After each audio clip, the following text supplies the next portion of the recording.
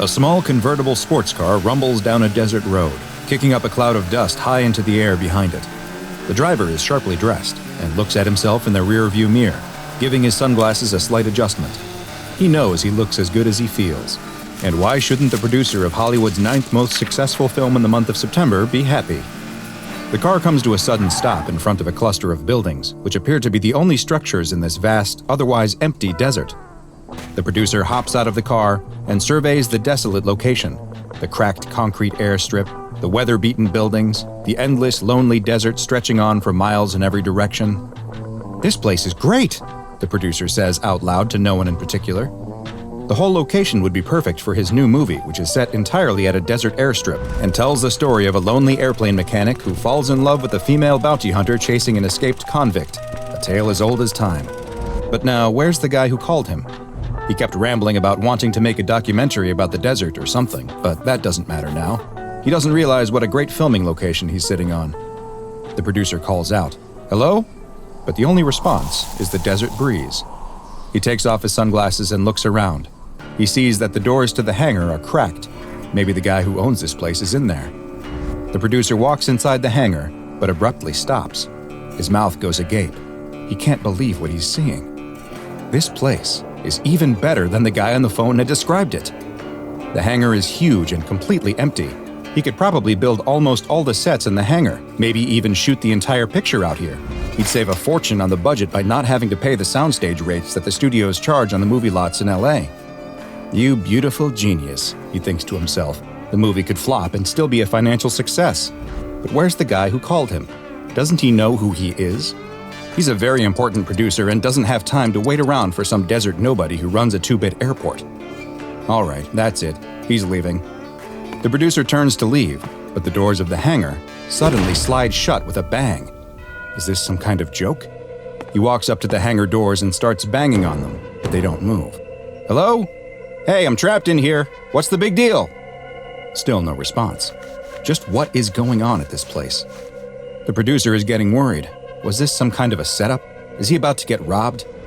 It wouldn't be the worst thing in the world if they took his car. He's 9 payments behind on it anyway. But geez, is it hot in here. It was hot outside, but it's even worse in this hangar. And whoever said that the desert air was dry? An idiot, that's who. The humidity in here is stifling. The producer loosens his collar and tugs at it, trying to cool off. "All right, I've had just about enough. If you don't let me out of here, there's going to be a big problem for you, fella." Just then, the producer hears a noise behind him, coming from the dark deeper in the hangar. The producer doesn't react, though. He needs to play it cool. He bends down and pretends to tie his shoe, and takes the Derringer pistol out of his ankle holster. He stands up and spins around, pointing the gun in front of him, but he can't see anyone in the darkness. "This is your last chance. I'm not playing around here." The strange noise comes again, a low rumbling noise, and the producer stumbles forward. What just happened? It felt like the floor rippled and pushed him forward. There, it happened again. And again, the producer screams. What's going on? The rumbling, growling noise grows louder as the floor keeps rippling and pushing him forward, like a wave rolling through the solid ground. Is this an earthquake? The producer is knocked off his feet, and still the floor keeps pushing him forward, towards where that horrible growling noise is coming from. He tries to stand, but he can't. The floor is moving too much. He tries to crawl, but keeps getting moved closer and closer to the source of the now deafening roar that seems to be coming from... What is that? The producer screams and fires his gun at the thing in front of him. In the flashes of the gunfire, he can finally see it, the thing that he's being pushed into, a giant, gaping maw, filled with a mass of gnashing, grinding teeth. How unlucky for this movie producer that he didn't realize until it was too late that the location for his new movie would be the last one that he'd ever scout. Because as you have probably already figured out, this unknown building in the middle of the desert isn't at all what it appears to be, and in fact, is quite known to the SCP Foundation as SCP-1051. SCP-1051 isn't actually a building at all, but in fact, is a living organism. This creature's shell, which resembles an aircraft hangar, is quite large and measures roughly 700 meters by 500 meters by 60 meters.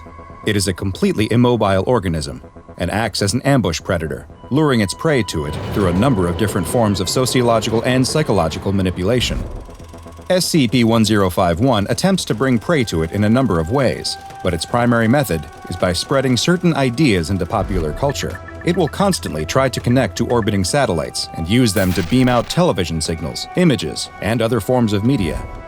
It has been measured as having around a 25% success rate in connecting with and getting its message carried by the satellites, and may have the ability to transmit regular radio broadcasts or connect to standard telephone lines as well. The messages that SCP-1051 sends out tend to fall into the category that could be termed as conspiracy theories, most of which are about itself. It has uploaded information to various conspiracy websites that has included reports of spaceships being held and reverse-engineered in its hangar, descriptions of so-called Men in Black using its location as a site for extraterrestrial contact. It has attempted to spread rumors that it is a site used as a testing location for any number of top-secret devices including energy weapons, weather control devices, teleportation machines, and impossible propulsion systems. SCP-1051 has also attempted to spread through radio and television transmissions that it is a site used by a United States shadow government. It's made at least a handful of calls to Hollywood-based production companies in an attempt to get them to further spread its information, as well as contacting various tabloid newspapers.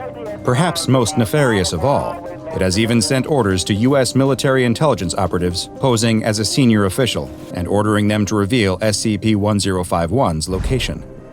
SCP-1051 appears desperate to make its location known to curious outsiders, all in an attempt to get them to come find it, so it can lure them inside of itself and feed.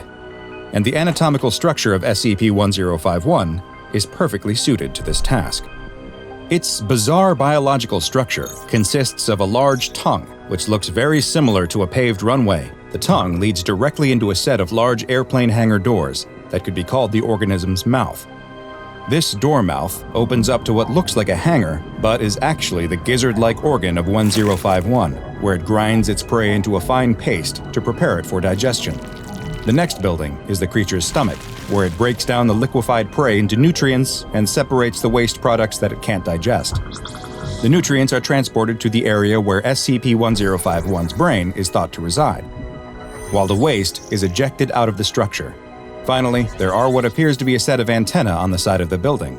These information distribution organs extend below the ground as well, where many more antennae and wires are thought to exist, and give 1051 the ability to send out multiple television, radio, and other signals. SCP-1051 was discovered in 1947, when an egg-shaped structure was reported to have crash-landed in the desert of the American Southwest, near the town of Roswell, New Mexico. The United States Air Force took this strange egg into its possession and moved it to its current location in Nevada for observation and research. The Air Force scientists who were assigned to the object first thought that they were dealing with a meteorite, though one that was composed of some yet unknown material. They soon discovered that the object was hollow and was filled with some kind of liquid.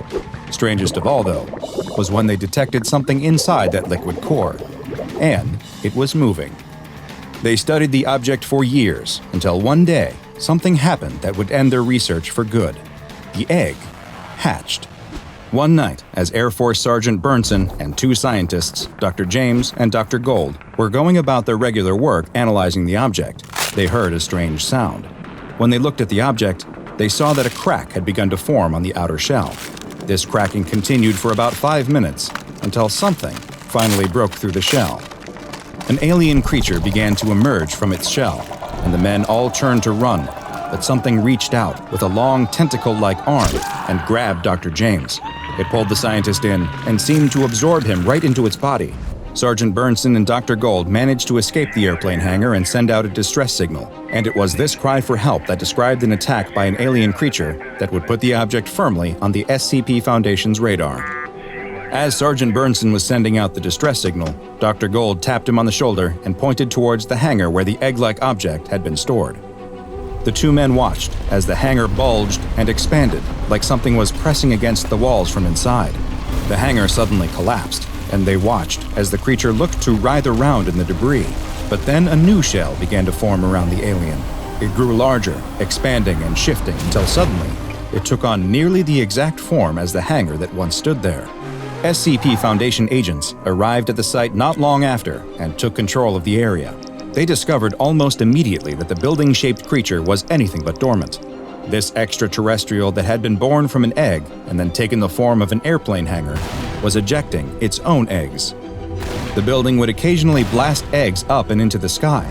Several of these eggs were stopped and reclaimed by the Foundation, but others managed to slip past and escape the Earth's atmosphere, making them impossible to recover.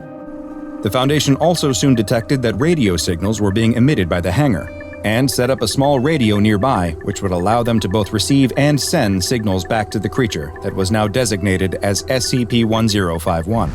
Dr. Richardson, the Foundation researcher on site who was leading the investigation into 1051, found the frequency that it was transmitting on and attempted to speak to the creature. After asking if 1051 could hear it, the creature actually responded, and it seemed to have a very simple request: give. When Dr. Richardson asked it to elaborate, asking, "Give what?" 1051 responded, "Want feed. Bring food." When the doctor told 1051 that it wouldn't be getting any food, the anomaly immediately sent out a new transmission, stating, "Area 51 is currently being controlled by the SCP Foundation, a shadow government organization that has designated it SCP-1051. Here are a few names of the operatives." Dr. Richardson cut SCP-1051 off and ordered a D-Class personnel to be sent inside the creature, hopefully appeasing it and stopping it from sending any more broadcasts out about the highly secretive organization. When asked why it was sending these signals, SCP-1051 responded that it was trying to make humans curious. It appeared that its hunting strategy was to flood the world with conspiracy theories about itself. This would then cause interested humans to come explore the location, and once they entered the hangar, their curiosity would reward them with an encounter with the alien that they had been seeking. SCP-1051 also explained that the eggs that it was ejecting were its babies, and it seemed quite upset that the Foundation had intercepted some of them as they were on their orbital escape trajectory. But where had SCP-1051 come up with these conspiracy theories? Had it been studying our culture and the boom of science fiction in the 1940s to make up stories it thought would lead people to it? Foundation researcher Dr. Richardson had a hunch that there was something else going on. He next spoke to Dr. Gold, the other Air Force scientist who had been studying the egg-shaped meteorite. He asked him to describe SCP-1051's first victim, Dr. James. Dr. Gold told him that Dr. James was obsessed with his job, and that spread into his personal life. He was a real sci-fi nut. Dr. James apparently loved B-movies, especially ones about aliens and UFOs. He was convinced that the government had both in their possession already, and his research on the strange, egg-shaped meteorite only added to his confidence in that fact. Had SCP-1051 somehow absorbed this knowledge from its first meal here on Earth, and was now using it as a way to lure in new, inquisitive prey? Dr. Richardson thought it may go even deeper than that. When he played a recording of the first conversation he'd had with SCP-1051 for Dr. Gold, the one where 1051 told him it wanted him to bring food, Dr. Gold was left shocked. The voice he was hearing belonged to Dr. James. SCP-1051 remains in the Nevadan desert, and its area is patrolled at all times by no less than 20 Foundation personnel in uniforms that resemble those worn by members of the United States Air Force. They are authorized to shoot at intruders, but not with the intention to kill. Instead, only as a means to scare them away. Should any intruders come within 1 kilometer of SCP-1051, they are to be detained and administered Class A amnestics. Since SCP-1051's primary danger stems from its ability to spread false information, the SCP Foundation's main containment efforts have been focused on stopping its broadcasts.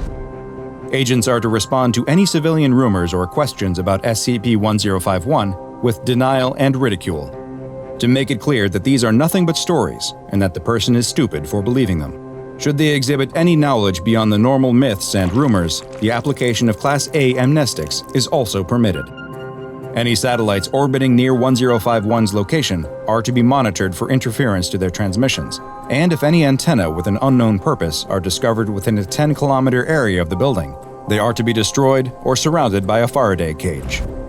SCP-1051 may not be able to move, but its ability to reproduce and the difficulty that the Foundation still faces in stopping its spread of disinformation has led to it being classified as Euclid, and research into its origins and biology are ongoing. Now for another anomaly that you never want to step inside, go watch SCP-002, The Living Room. And be sure to subscribe as we delve further and further into the SCP Foundation's classified archives.